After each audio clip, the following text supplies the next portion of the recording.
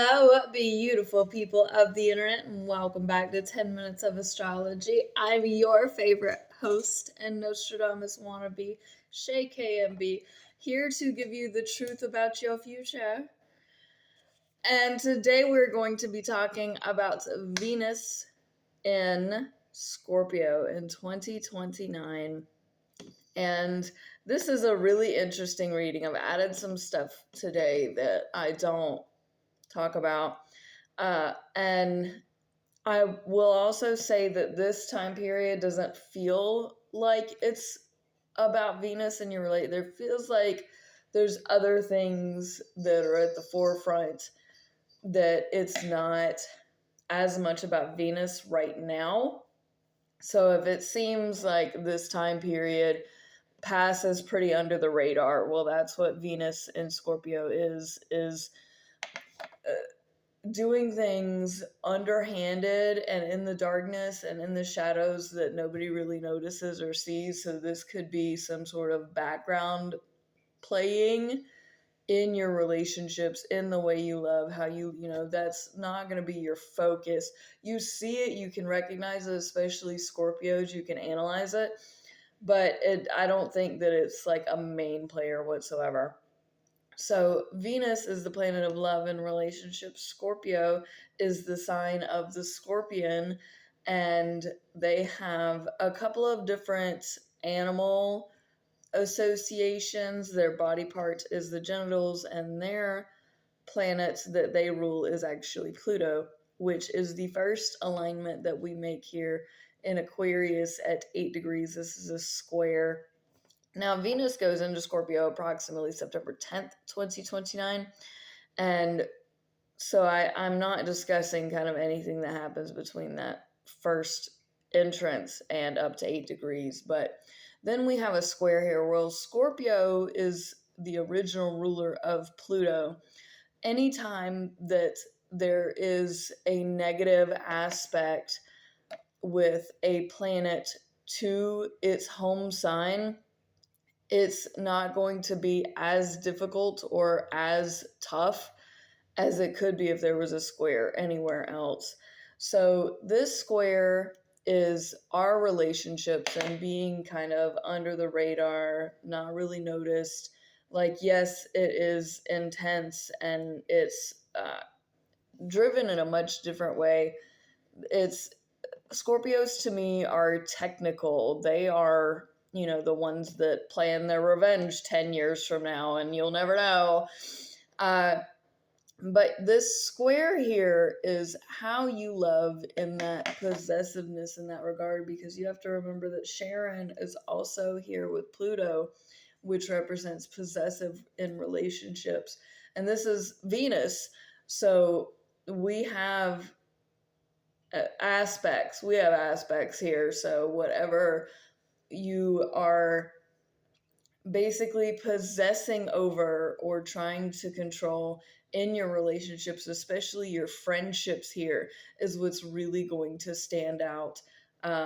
There may be something that you don't agree with, and you're trying to do everything you can kind of in the shadows and behind the scenes to like sabotage something. Somebody could also be doing this to you. This is giving like somebody has planned a wedding and then the mother-in-law went back behind them and changed the first wedding dance song. Like this is, or she walks down the aisle to something she wasn't supposed to. Like this is sabotage in the background behavior, especially with your friendships and your immediate relationships, any like possessive personal relationships that you have. All of this is here for me, and it's not looking good for Scorpios. We have fire and air dominance at this time, and Scorpio doing this makes me question, do you really want to be friends with somebody like that? Like, no, do you expect people to be friends with you when you're like that? Then we have an N conjunct to Neptune in Aries, which is retrograde approximately 10 degrees. This is around September 19th, 2029. Lots of nines that are here. This is a very interesting month of September of this year, but the in conjunct to Neptune is this is God turning around and being like, "What? I didn't hear. Are you sure you want to do that? Are you sure you want to make that decision? Are you sure? I'm going to get distracted for a minute while you make your decision, but then when I come back, it better have been the right decision." So Neptune in Aries, a lot of things in Aries scares me, let's be real. But Neptune in Aries scares me here because God is basically a child right now and is learning and growing just like I know that I'm about to get on a religious side tangent. I know that if you believe in God, everything, everywhere, all the time, I believe God is both good and evil and has the ability to grow and change and evolve just like the rest of us. I don't think God or that concept is a set concept or a set entity. I think just like the rest of us, God also experiences things in its own dimension of time and reality. Now, with that said, because that's my belief and especially my interpretation of Neptune in Aries, which is God learning and growing and expanding, anytime that you have growth, you can also have some sort of sacrifice or some sort of challenge with that. And Neptune in Aries is very spiritually challenging. Now, the other thing with Aries is just as quickly as they came up in your business, they'll leave. And then they just left a whole thing of chaos behind them in their wake of drama and crazy. And you're left wondering, okay, are they going to come back through? If they come back through, can I have a conversation with them? If I can have this conversation with them, are they actually going to listen and pay attention? Or are they going to throw another crazy temper tantrum and then run off again? And how many times do I have to do this before they stop and listen to understand rather than listening to wait for their turn to talk? Okay. So this in conjunct is basically saying your relationships and the intensity of your relationships and the seriousness that is like simmering in the back, it's not anything forward at all, is not only inconvenient for God and spirit creator energy, but it is also actively, unintentionally or not, disrupting and disregarding and confusing and complicating these relationships on purpose. And your relationships are also not aligning with God's spirit, power, whatever. So do with that information what you will. We then have an opposition to Chiron at approximately 12 degrees. This is retrograde and will happen around the 21st of September 2029. And the opposition aspect is where you make your decisions. It is where you are pulled in one direction or another to do something. It either works or it doesn't. There's no middle ground. This is where you see your free will. So some decision that you have to make with the intensity of your relationships, and these are remember, you have possession over these relationships. This isn't your relationships like a Venus and Aries where it's selfish. It's your relationship as in you have possession over it. You are talking about it as if you own it. And your relationships with yourself, with your God, with your friends, with your family, with all of your people, opposite how you're healing and helping heal other people's moral values in their home, with their lives, with what makes them comfortable. Are you being a hypocrite right now? Ask yourself, if I am trying to teach and I'm trying to show to have morals and to have values and to clean those up, because healing those in the world is also not only going to heal the world, but it's going to heal me. It's going to heal our homes. It's going to heal our environments. And if you're saying that, but yet in your relationships you are possessive over them, or you're being shady and doing something behind the scenes like cheating. And Venus and Scorpio, Venus and Sagittarius territory for me is like cheating, or at least they're more likely to. I'm not going to say that they full-fledged are, but I may also be a little naive in general. But yeah, uh, so are you telling other people you're doing that, but then behind the scenes you're actually doing something you're not supposed to be? Um, or are all those pesky morals getting in the way and you need to do something that's shady and sketchy that no one else can do, but it's really going to benefit in the long run? Or at least you're going to feel better when you do it. I don't recommend that one, but I know Scorpios are going to be like, but revenge. Just then Mars goes into Sagittarius approximately September 23rd, 2029, followed by Jupiter going into Scorpio approximately September 24th, 2029, and then Venus in conjunct Uranus in Gemini, which is retrograde at 18 degrees approximately September 26th, 2029. This in conjunct to Uranus is basically saying your creative projects, your hobbies, these things that you've been brainstorming and working on, and the chaos and all of this. Yeah, something is going to come up again. This is misdemeanor territory. This is petty crime territory. And, getting away with it, talking out of both sides of your mouth in a really crazy, this is like bipolar schizophrenia territory where you're not making sense. And in your brain, you very well may be, but to the rest of the world, it's just coming across as you will do anything to cover up crimes and to do bad and get away with it.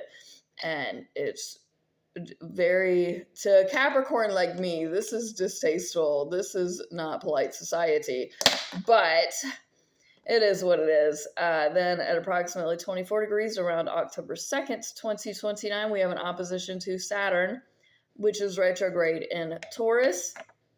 And now this is another decision because Saturn is father time, righteousness, wisdom, consistency. And in Taurus, it is stuck. It is stubborn. You can't move it. It's not going anywhere. You're right. Okay, you're right. We get it. You're going to yell about it and stomp your feet and da da da. You're not going to allow anybody else to speak because you're fine. This is where you're going to make a decision if you're going to side on the person that, or, in your home, that you're going to get stuck and be whatever you're going to be and do here. Or are you more concerned about hiding the shit? It's basically like the woman is at home going, please stay home. I need you to stay home. The kids are sick. I have to cook. And you're about to leave to go back to work because he's saying he has to go back to work in the middle of the night. There's an emergency, but really he's going to see a side piece. And this woman has her hands full. She's sick. Her kids are sick. She's got to do all these. And you're leaving her. And you're going, yeah, I'm going to be right back. I have to go to an emergency at work real quick and really catch this side piece. And this is opposite what is right. Remember, karma is coming this season. So to my Scorpios, I hope you choose what. Now, the thing that's right is so stubborn, and it is so, it's not even aggressive. It's just saying, I'm taking up this room and you have no room to be here because I'm taking it, and you can't even communicate with them because they will not the fuck up for you to talk. So I get it, but doing what you're about to do is not the thing to do. So then on approximately October 3rd, 2029, we have an inconjunct to Eris in Aries at 26 degrees. And this, my dear, aggressive on top of aggressive. And, it's emotionally, this is you getting caught cheating, this is you know, and it coming up and somebody starting war. This is war territory and drama territory, and you know, on a really deep, emotional, serious, intense level in your relationship. And it's like, you could have avoided this. You could have avoided this. But sure, you go and do something wrong and then are surprised by the consequences. Like, I want to be on the side of Eris and Aries, but she's also stirring the, like, both of y'all are in the wrong here. Everybody's wrong. So everybody's wrong. Y'all are all wrong. Y'all are terrible. Then we have a square. This is the last alignment I am going to bring up because I am well past my 10 minutes. Remember to press all the buttons and check my housekeeping in the comments.